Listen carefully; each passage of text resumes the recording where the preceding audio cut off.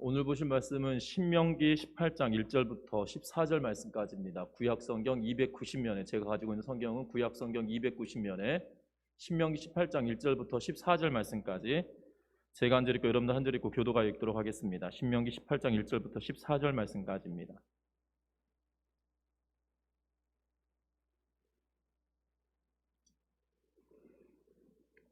한 절씩 교독하겠습니다. 신명기 18장 1절부터 14절입니다. 레위 사람 제사장과 레위의 온 지파는 이스라엘 중에 분깃도 없고 기업도 없을지니 그들은 여호와의 화제물과 그 기업을 먹을 것이라.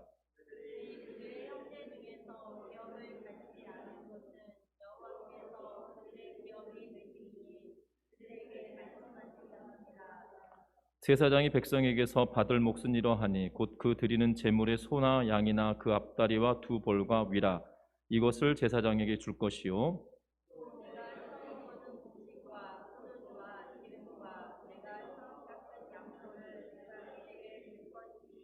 이는 내 하나님 여호와께서 내 모든 지파 중에서 그를 택하여 내시고 그와 그의 자손에게 항상 여호와의 이름으로 서서 섬기게 하셨음이라.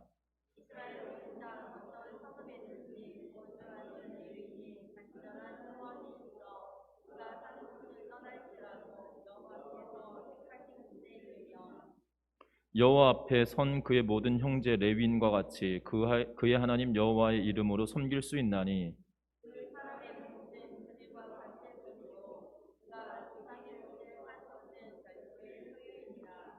내 하나님 여호와께서 내게 주시는 땅에 들어가거든 너는 그 민족들의 가증한 행위를 본받지 말 것이니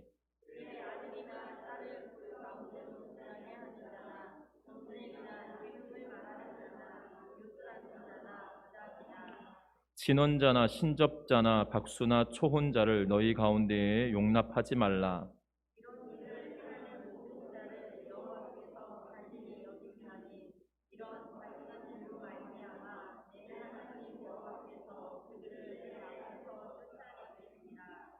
너는 내 하나님 여호와 앞에서 완전하라. 저는 이 민족들은 길흉을 말하는 자. 내 하나님 여호와께서 이런 일을 용납하지 아니하시느니라. 아멘. 우리 인사 나누고 말씀 나누겠습니다. 사랑하고 축복합니다.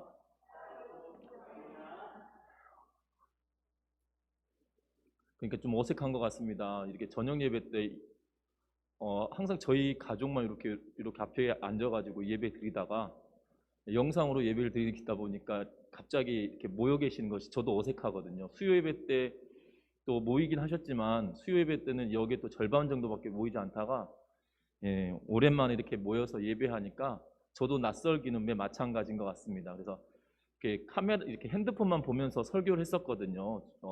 수요 예배, 금요기도에 그랬었는데 여러분들 눈을 마주치면서 이렇게 예배할 수 있어서 참 감사한 일인 것 같습니다. 그래서 다시 한번 인사할까요? 사랑하고 축복합니다. 네.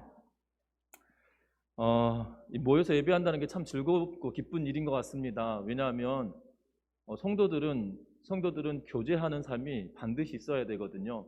그래서 이 교회 공동체가 가지고 있는 예배의 특징은 5가지로 규정합니다. 그 5가지가 없으면 예배다라고 칭하지 않거든요. 제일 먼저 되는 것은 찬양이 들어가고요. 그 다음에 기도가 들어가고, 그 다음에 말씀 선포가 되어지고, 그 다음에 예물을 하나님께 드리고, 성도의 교제가 5번째로 들어갑니다. 이 중에 그 하나로 빠진다라면 예배가 성립되지 않는다라고 우리 교단에서 말하는 또한 웨스트민스터 신앙 고백에서 이야기하는 예배 가운데 포함되어질 요소들을 말하고 있습니다. 그런데 성도의 교제가 많이 끊어져 버린 이러한 상황 속에서도 그래도 모여서 예배할 수 있는 것만으로도 참으로 감사한 일이 아닐 수 없습니다. 그래서 이 어려운 시기가 속히 지나가서 성도의 교제가 더 뜨거워지는 은혜가 있기를 주의 이름 부탁합니다. 집에서 저희 자녀들이 한 번씩 이야기합니다. 교회에서 밥 먹고 싶다 이렇게 이야기를 하거든요. 그러니까요. 엄마의 반찬이 마음에 안 든다는 소리인 건지 아니면 권사님들이 음식을 잘 하신다는 의미인 건지 권사님들 밥이 참 먹고 싶다 뭐 이런 이야기를 가끔 하거든요. 집사님 애들도 그러시죠? 예. 그럴 것 같아요. 저희 교회가 그렇지 않습니까? 다른 건 몰라도 교회 반찬이 맛있다는 소문이 온 동네 나서 교회 목사님 설교 좋다는 소리는 안 들려도 교회 권사님들 밥 참 맛있다는 소문은 난 교회다, 뭐 이렇게 우스갯소리로 이야기를 하는데, 하여튼 간에 성도의 교제가 더욱더 뜨거워지는 우리 전미중학교에 되기를 위해서 기도하는 모든 성도님들 되시기 바랍니다. 벤자민 프랭클린은 미국 건국 초기에 지도자로서 대단한 위치를 차지했던 사람입니다. 비록 이 벤자민 프랭클린은 대통령이라고 하는 직위에는 오르지 못하였지만 그가 원하였던 모든 직위에 다 올랐던 사람이기도 합니다. 그리고 이 사람은 과학자이기도 하였지만, 그런데 학교를 다녔던 기간은 고작해야 2년밖에 되지 않았다는 사실 때문에 우리는 놀라울 수밖에 없습니다. 특별히 그가 22살 되었을 때 그가 스스로 이야기합니다. 무엇을 이야기하냐면, 내 인생에서 가장 우선순위에 있는 일이 무엇일까라고 이야기하면서 22살의 나이에 내 인생에서 가장 중요한 것은, 우선순위에 두어야 될 것이 무엇일까라고 고민하다가 12가지의 주제로 나누어서 그가 정리를 합니다. 그래서 12가지 덕목을 뽑아서 좌우명으로 삼는데요. 가장 우선적으로 두었던 좌우명 중에 하나가 절제라고 하는 주제를 가지고 그의 좌우명을 삼습니다. 그래서 첫 번째 절제 그러면서 과음과 과식을 하지 않겠다라고 그가 좌우명을 삼습니다. 그리고 두 번째는 침묵이라고 하는 이 덕목을 뽑아서 자신과 타인에게 도움이 되지 않는 말은 하지 않겠다라고 결심을 합니다. 그리고 세 번째는 질서라고 하는 덕목을 뽑아서 물건을 제자리에 놓고 일은 알맞은 시간에 한다라는 그러한 이 계획을 하게 됩니다. 그리고 결단이라고 하는 덕목에 해야 하는 일은 꼭 완수한다. 다섯째로는 전략이라고 하는 덕목에 비싼 것은 사지 않는다. 다른 사람과 내 자신에게 이로운 것이면 산다라고 규정을 짓습니다. 여섯 번째는 근면이라고 하는 덕목을 뽑아서 시간은 헛되이 쓰지 않는다라고 말합니다. 그리고 일곱 번째 성실이라고 하는 덕목에 남을 해치는 책략은 절대로 사용하지 않겠다라는 좌우명을 삼습니다. 여덟 번째로 정의라고 하는 덕목에 남의 권리를 침해하거나 남에게 손해를 입히지 않겠다라고 결단합니다. 아홉 번째로 중용이라고 하는 주제를 놓고 나는 양극단은 피한다라는 그러한 결심을 합니다. 열 번째로는 청결이라고 하는 덕목을 세워놓고 몸과 옷과 집에 불결한 것은 절대로 용납하지 않겠다라고 말합니다. 그리고 11번째는 평정이라고 하는 덕목에 사소한 일에는 화를 내지 않겠다라고 결심을 합니다. 12번째로 순결이라고 하는 덕목을 삼아서 성을 남용하지 않고 건강과 생산을 위하여 사용한다라고 하면서 프랭클린은 이 12가지의 덕목을 세워놓고 그리고 그가 결심한 것들을 적어서 그가 다녔던 교회 목사님에게 이 내용을 보여드립니다. 그러자 목사님이 다 좋은데 한 가지가 빠졌습니다 라고 이야기하면서 그에게 뭐라고 가르쳐주냐면 겸손이라고 하는 덕목이 빠졌네요 라고 하면서, 그래서 그가 이 12번째 항목뿐만 아니라 13번째로 겸손이라고 하는 덕목을 뽑습니다. 그래서 그가 22살 때부터 시작하여서 13개의 덕목으로 각 한 주에 하나씩을 묵상하면서 13주를 기준으로 이 계획들을 돌리면서 매주 한 항목씩 묵상하고 자기의 삶에 적용하려고 애썼다고 합니다. 그러면서 78세 되던 해에 그가 회고록을 쓰고 있는데요. 그의 회고록에서 뭐라고 이야기하냐면, 완벽의 경지에는 오르지 못하였으나 노력하였던 덕택에 좀 더 선량하고 행복한 사람이 나는 될 수 있었다라고 그가 회고하고 있는 것을 보게 됩니다.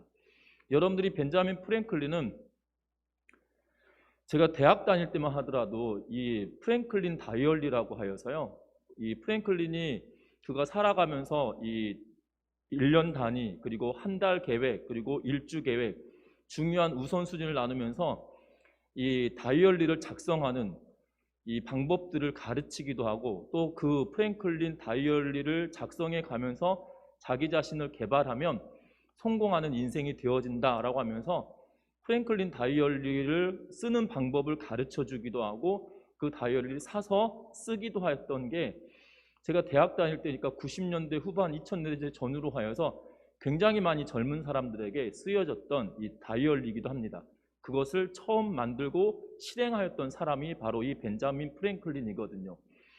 그가 가지고 있었던 프랭클린의 다이어리의 가장 핵심은 이 세 가지를 주제로 매주 묵상하면서 실행하고 실천하는 것에 목적이 있었다라고 이야기하고, 그가 결국에는 78세 되던 해에 내가 노력하였던 결과로 좀 더 성량하고 선량하고 행복한 사람이 될 수 있었다라고 이야기하고 있는 걸 보게 됩니다. 우리의 신앙생활도 마찬가지인 것 같습니다. 분명한 것은 우리의 신앙생활의 덕목은 다른 것이 아니라 예수 그리스도께서 주신 말씀을 따라 살아가는 것이고, 우리의 덕목은 성령의 열매를 맺어가는 삶을 살아내는 것이 우리의 덕목이어야 된다는 사실이죠. 그래서 예수 그리스도를 믿는다라고 이야기함에도 성령의 열매가 우리의 삶에 맺어지지 않는다라면 우리는 어찌 보면 신앙생활을 잘못하고 있는 경우일 수도 있다는 사실들을 기억하면서 우리가 신앙생활에 성령의 열매를 맺어가는 믿음의 성도님들 되시기를 주의 이름으로 부탁합니다. 특별히 우리가 왜 이렇게 성령의 열매를 맺어가야 하냐면, 우리는 다른 이유로 사는 것이 아니고, 다른 사람의 뜻으로 사는 것이 아니고, 때로는 내 의지로 사는 것도 아니고, 하나님의 말씀을 의지하여서 하나님의 말씀이 내 삶을 지배하고 통제하고 통치하시는 그러한 방법대로 살아내는 사람들이기 때문입니다. 저와 여러분들 기억할 것은, 예수를 믿는다라는 것은 그냥 신앙생활하고 교회에 왔다 갔다 한다는 것을 말하고 있지 않습니다. 어떤 분들은 그것이 신앙생활이다라고 생각할 수도 있겠지만, 신앙생활의 본질은 우리가 교회를 왔다 갔다 하고 성도들과의 교제와 관계를 맺기 때문에 그것이 신앙생활이다라고 한다면 우리는 어쩌면 20점짜리 신앙생활일 수 있습니다. 중요한 것은 예수 그리스도를 믿는 주의 백성들이 하나님의 말씀 따라 하나님이 내 삶을 통치하시고 지배하시고 통제하실 수 있도록 내 자신을 하나님께 내어놓으며 살아가는 것. 그래서 하나님이 내 삶의 주인이시고 내 삶의 주권자 되셔서 하나님의 뜻대로 우리의 자신을, 우리의 의지를 내려놓고 살아가는 것이 바로 하나님의 백성된 사람들이라는 사실들을 기억하셨으면 합니다. 그래서 오늘 본문의 내용도 마찬가지입니다. 이스라엘 백성들이 가나안 땅에 들어가서 어떻게 살 것인가에 대한 내용들을 모세를 통하여 이스라엘 백성들에게 주어주고 있다는 것입니다. 이 말씀은 모세가 모압 평지, 다시 말하면 요단강을 건너기 직전에 모압 평지에서 이스라엘 백성들에게 40년의 광야 생활을 끝내고 다시 가나안 땅에 들어갔을 때 하나님의 말씀과 계명을 다시 한번 리뷰라고 하죠. 다시 한번 되새겨주면서 이스라엘 백성들에게 가르치는 하나님의 말씀입니다. 특별히 우리가 보았던 오늘 본문의 내용은 두 개의 큰 문단으로 나눌 수 있을 것 같습니다. 하나는 레위인과 제사장들에 대한 이야기, 그리고 또 하나는 가나안 땅에 들어가서 다른 민족들이 행하는 가증한 행위를 따르지 말라라고 하는 단락으로 나누어지게 될 것 같은데요.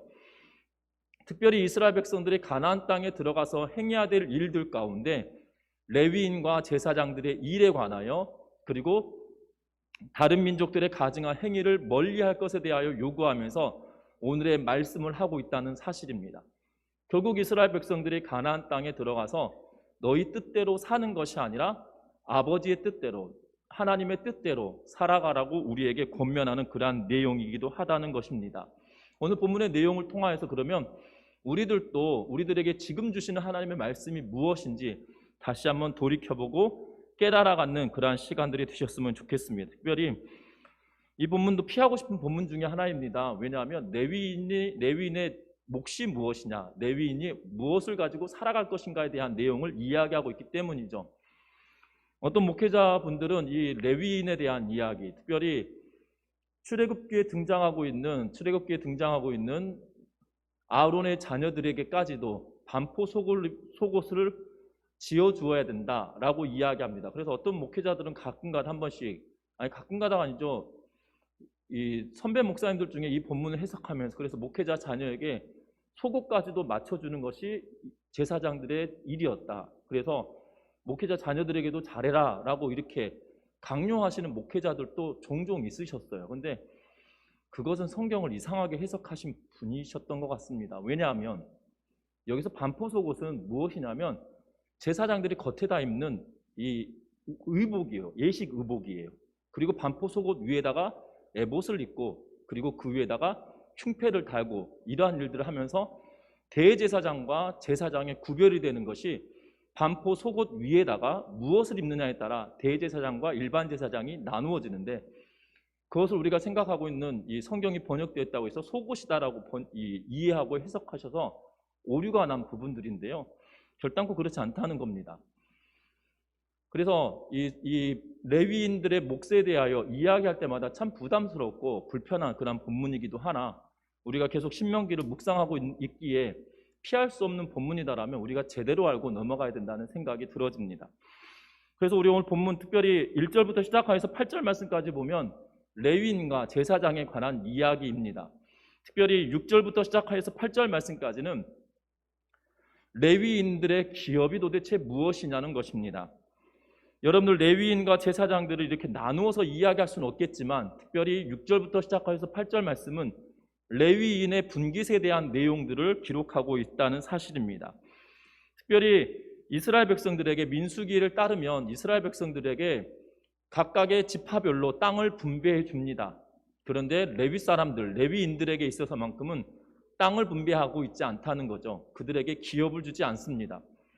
기업을 주지 않고 하나님께서 이스라엘 백성들 가운데 레위 지파는 48개의 성읍을 주시고 그리고 목초지를 주면서 땅을 허락하지 않으시고 레위 사람들로 하여금 48개 성읍에 흩어져서 살게 하고 있는 것을 보게 됩니다.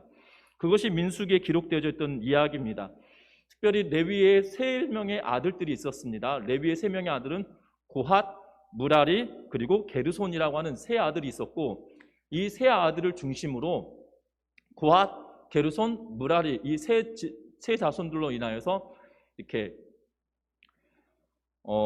가문이 나누어지게 되어지는데, 오경에서는 창세기, 출애굽기, 레위기, 민수기, 신명기 이 오경 안에서는 이 레위인들의 지파별로, 레위인들의 지파가 아니죠, 레위인들의 족장에 따라서 고핫 자손이냐 게르손 자손이냐 무라리 자손이냐에 따라서 어디에 살 것인지에 대한 내용은 기록하고 있지 않다가 여호수아서 21장에 가면서 무엇에 대해서 이야기하냐면 고핫 자손은 어디 성읍에 있어야 된다, 무라리 자손은 어디 성읍에 있어야 된다, 그리고 게르손 자손은 어디 성읍에 있어야 된다라고 하면서 그 48개 성읍에 대한 위치에 대하여서도 말해주는 것이 여호수아 21장에 기록되어져 있는 내용입니다.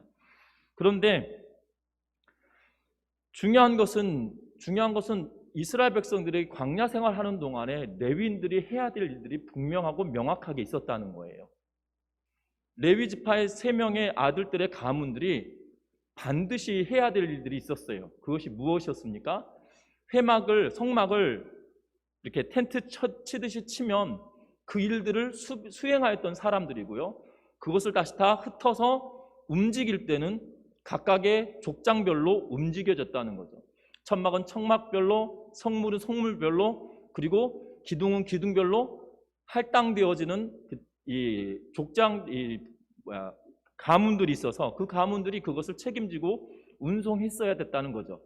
그런데 이제는 이스라엘 백성들이 광야 생활하는 것이 아니라 요단강을 건너 들어가면 이제는 어떻게 됩니까? 정착하게 되어지고, 그리고 어디에 이 회막이 세워지게 되냐면 실로라고 하는 곳에 성막이 세워지고 그것을 중심으로 대제사장들이 역할을 하게 있는 것을 보게 되어집니다. 그래서 실로에 누가 있었습니까? 사무엘상에 보면 엘리 제사장이 성전을 책임지고 있었던 것으로 보여집니다. 그가 실로에 있었습니다. 그 후에 사무엘이 엘리 제사장의 후임으로 그 자리를 이어서 활동을 하고, 그리고 실로에서부터 시작하여서 3군데를 두어서 순회하면서 이 이스라엘 백성들에게 사사로서 또한 제사장으로서 역할을 감당하고 있던 것을 성경은 우리들에게 말해주고 있다는 거죠. 그래서 이스라엘 백성들의 레위 지파 중에 이 3명의 족장들 통해서 그 가문은 지파별로 여호수아 21장을 통하여서 흩어져 살았는데, 그 후로 그들이 무슨 일을 하였냐면 성전의 봉헌물과 예물을 관리하고 또한 11조를 관리하고 성전의 국관들을 관리하였던 내용들이 역대상에 기록되어져 있는 걸 보게 됩니다. 그리고 성막을 수리하는 것이 역대하에도 기록되어져 있습니다. 그리고 청소를 할 뿐만 아니라 율법서를 필사하는 일도 이 레위 지파가 행해야 될 일들이었고, 율법을 가르치고 율법을 기준으로 재판하는 직무도 그들에게 주어졌다는 것이에요. 그런데 오늘 6절 말씀 같이 읽어봅니다. 6절 말씀 같이 읽어보겠습니다. 6절입니다.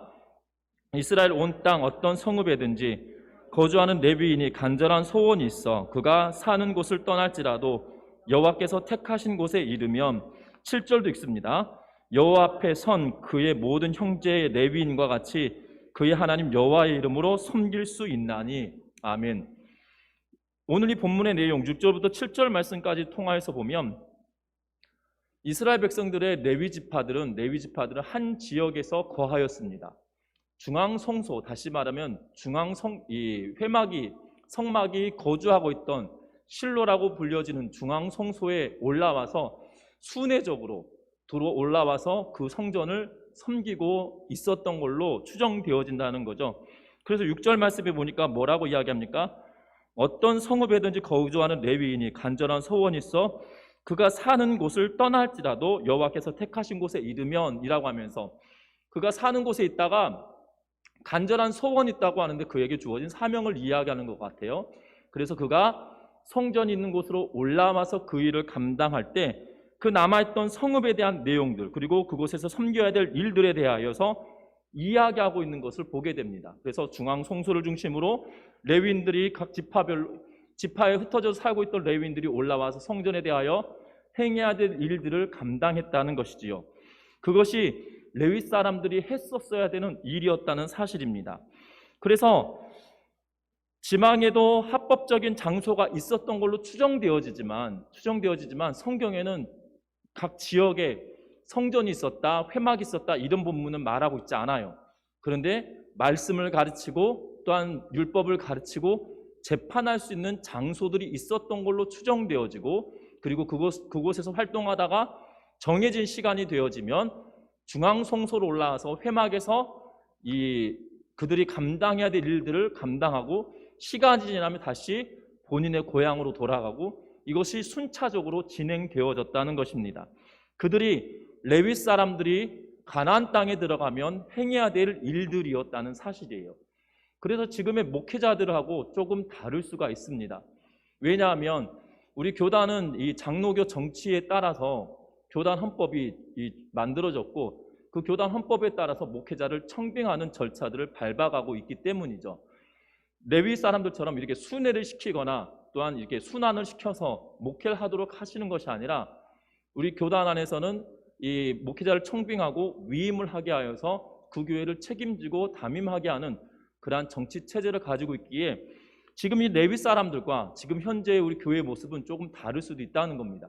그러나 교회 공동체 안에 레위 사람, 다시 말하면 레위 사람하고 이 혈통도 다르고 혈통이 유대인이 아니기 때문에 전혀 같을 수가 있지 않아요. 또한 제사장의 직분을 가질 수 있지 않아요. 그러나 비슷한 거다라면 말씀을 가르치고 교회를 책임지는 일들을 감당하는 것은 동일한 일이었다는 겁니다. 그러면서 1절부터 시작해서 5절 말씀까지에는 또한 무엇을 이야기하고 있냐면, 레위 사람들과 제사장의 직분을 가지고 있었던 사람들이 어떻게 생활할 것에 대하여서 이야기하고 있다는 것입니다. 하나님께서는 이스라엘 백성들에게 레위 지파 사람들에게는 땅을 분배하여 주지 않았다는 거예요. 48개의 성읍만 허락해 주셨습니다. 12지파이니까 그 지파별로 따져보면 각 지파별 몇 개의 성을 준 거예요? 4개의 성을 주어서 레위 사람들이 그 성에 흩어져서 살 수 있도록 해 주셨다는 거예요. 그 성읍에서만 살게 해 주셨다는 거고, 그 성읍을 중심으로 목초지에서 양을 칠 수 있는, 짐승을 기를 수 있는 그런 목초지만 허락해 주셨다는 것입니다. 그리하여서 레위 지파의 사람들이 그 48개의 성읍에 살아가면서 나머지 지파가 레위 지파를 먹여 살려야 됐었다라는 것이죠. 그런데 오늘 우리가 지난 시간에도 보았었지만, 지난번에도 한번 보았었는데요.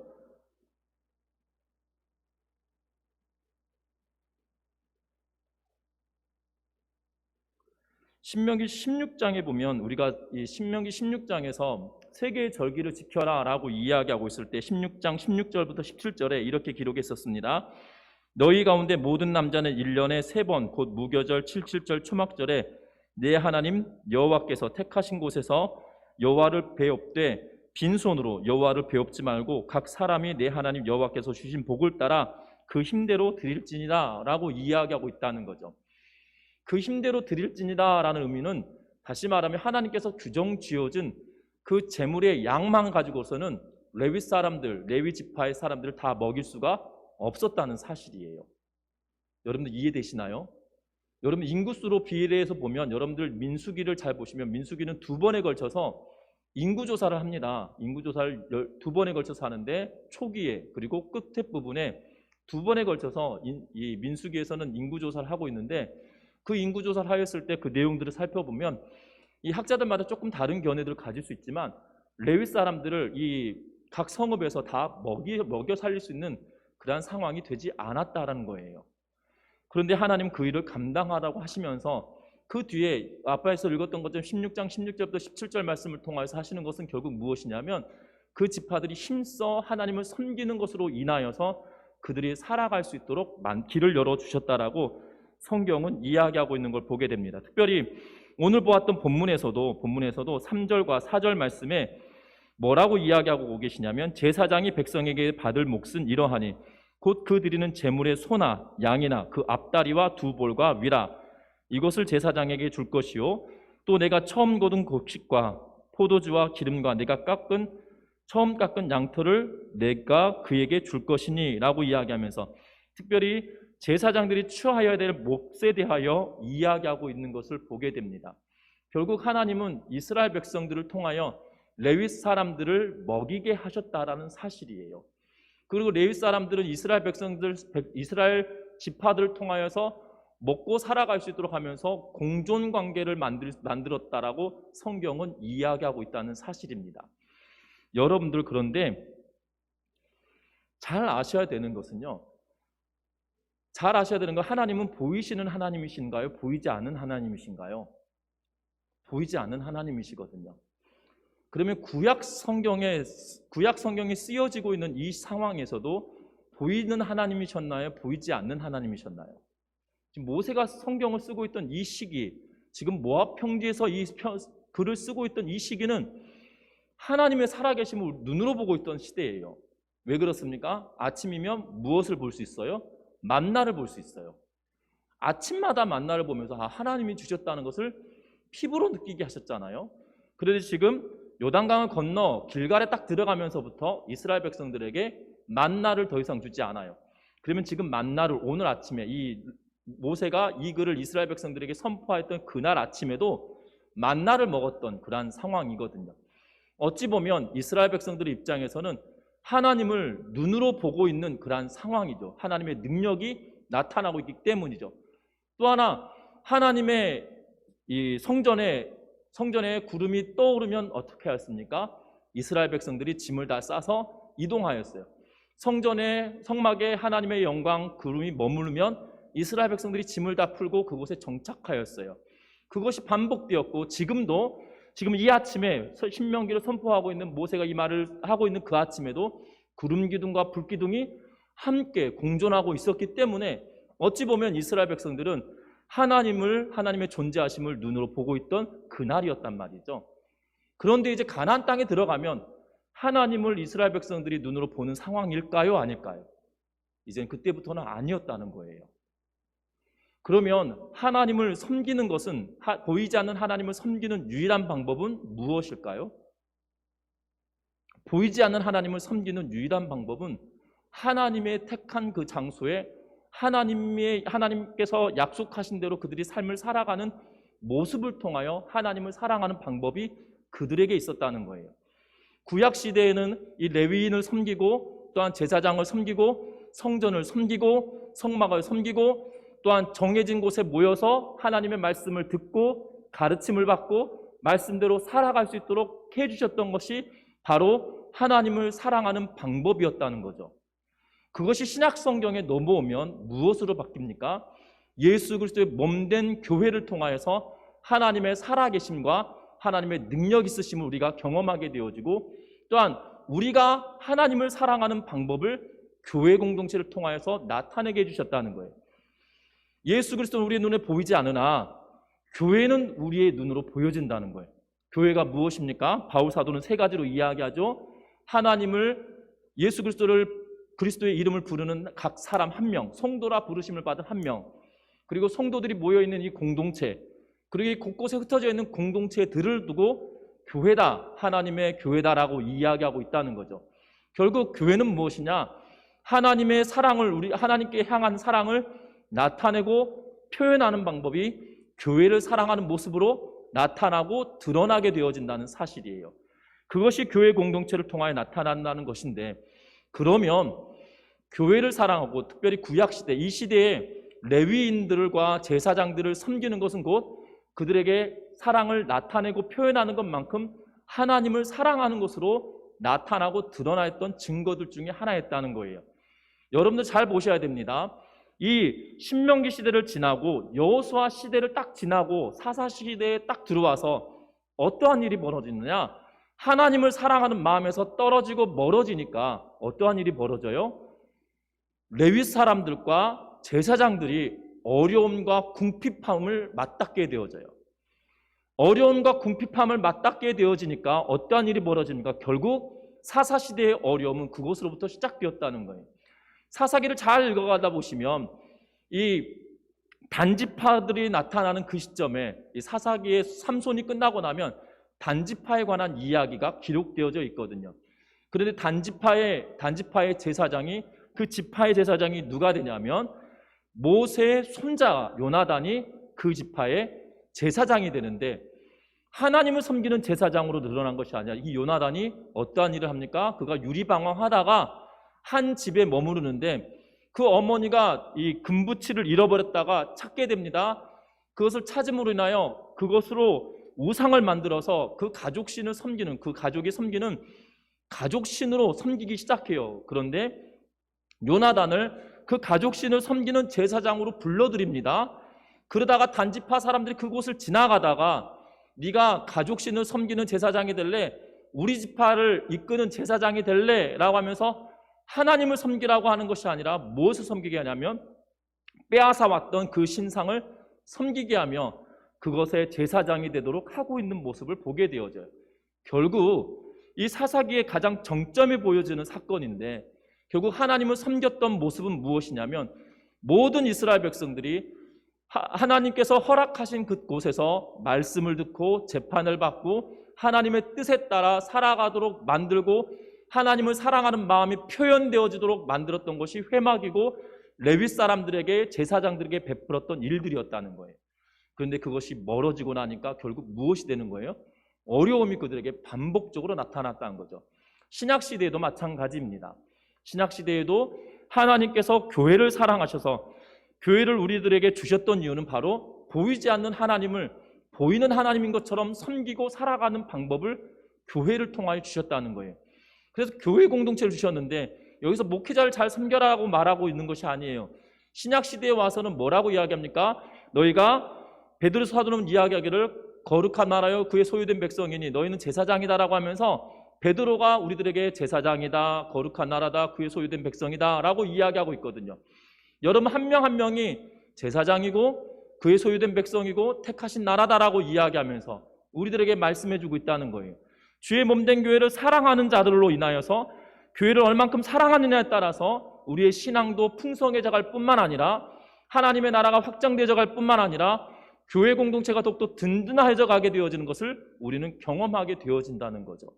오늘 이 성경은 레위 사람들에게만 주시는 것이 아니라 레위 사람들의 몫에 대하여, 제사장들의 몫에 대하여서만 이야기하고 있는 것이 아니라 보여지지 않는 하나님을 우리가 보이는 하나님처럼 어떻게 섬길 것인가에 대한 이야기를 하고 있다는 사실이에요.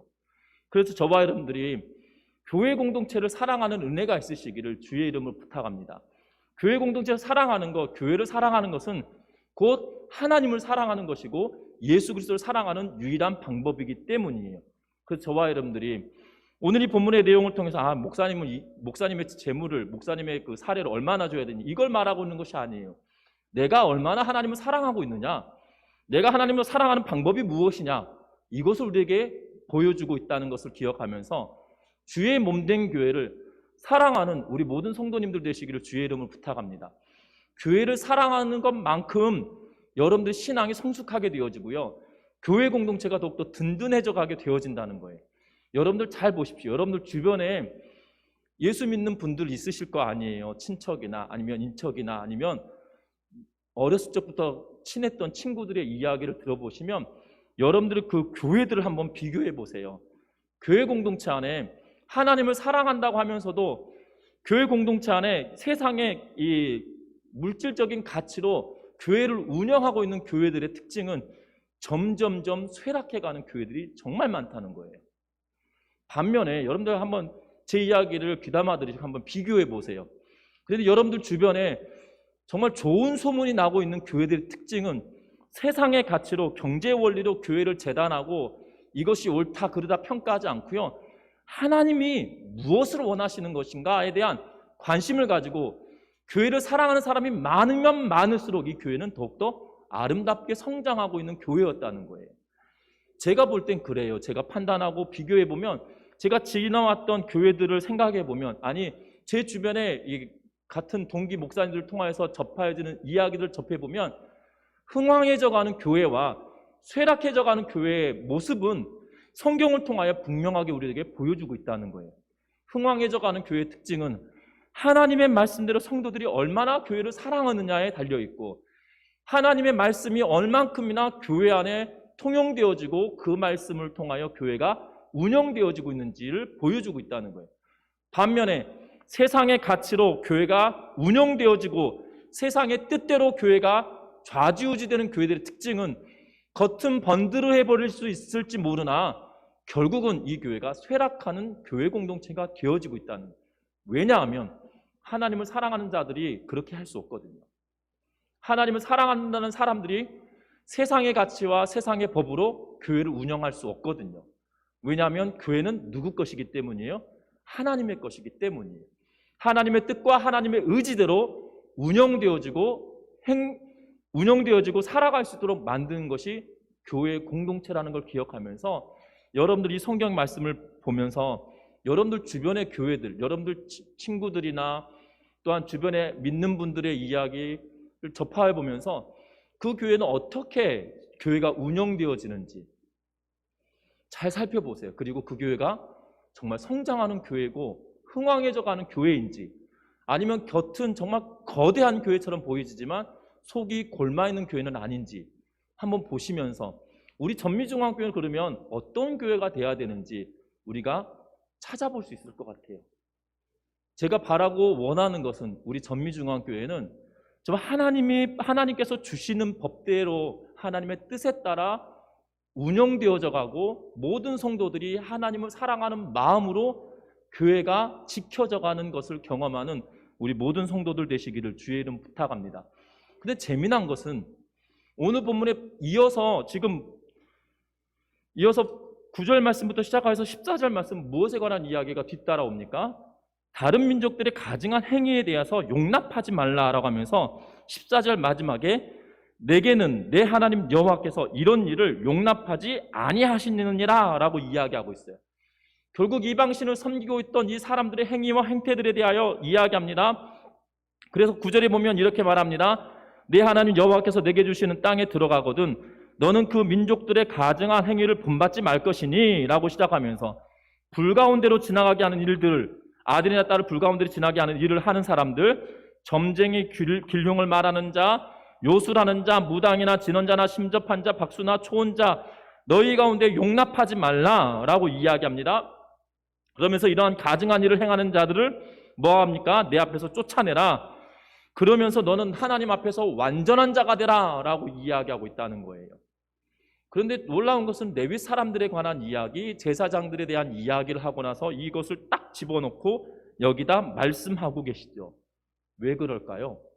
우리는 성경을 쓸 때 모세가 의도를 가지고 이 글을 쓰고 있다는 거예요. 그냥 모세는 생각나는 대로 막 쓰고 있지 않다는 겁니다. 여러분들 생각나는 대로 막 글을 써놨다라면 아마 성경이 되지 못했을 거고 정경이 되지 못했을 겁니다.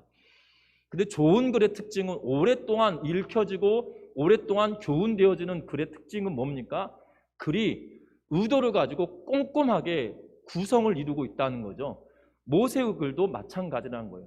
뒤죽박죽이고 아무렇게나 쓰여졌던 책이다라면 아마 이스라엘 사람들도 이것이 무슨 정경이야, 뭐 이따위 것이 있어라고 던질 수도 있겠지만 그렇지 않았다는 거예요. 모세는 애굽에서 왕자로서의 40년간의 삶을 살아냅니다. 그랬기 때문에 얼마나 학문이 출중했는지 우리가 엿볼 수 있는 대목이기도 해요.